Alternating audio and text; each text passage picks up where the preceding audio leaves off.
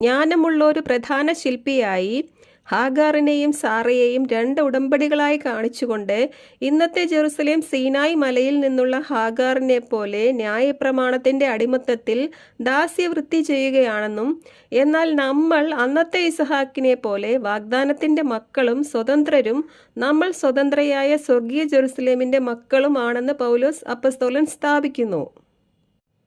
പൗലോസ് അപ്പസ്തോലൻ തന്നെയും ഇതിലേക്ക് പ്രവേശിച്ചത് 12 അപ്പസ്തോലന്മാരിലൂടെ അല്ല എന്നത് ശ്രദ്ധിക്കുക. ഗലാത്യ ലേഖനത്തിൽ പൗലോസ് പറയുന്നു, ഞാൻ പ്രസംഗിക്കുന്ന ഈ സുവിശേഷം ഞാൻ മനുഷ്യരിൽ നിന്നല്ല സ്വീകരിച്ചത്, യേശുക്രിസ്തുവിന്റെ വെളിപ്പാടിലൂടെയാണ് ഇതെനിക്ക് ലഭിച്ചത് എന്ന്. യേശുക്രിസ്തു നേരിട്ട് പ്രത്യക്ഷപ്പെട്ടുകൊണ്ടാണ് ഈ സ്വർഗീയ സിറ്റിയിലേക്ക് പൗലോസിനെയും നമ്മളെയും പ്രവേശിപ്പിച്ചിരിക്കുന്നത്. പിന്നീട് യേശുക്രിസ്തു അനേകം പ്രാവശ്യം പൗലോസിന് പ്രത്യക്ഷപ്പെട്ടുകൊണ്ട് ഈ സുവിശേഷത്തിന്റെ മർമ്മങ്ങൾ പൗലോസിന്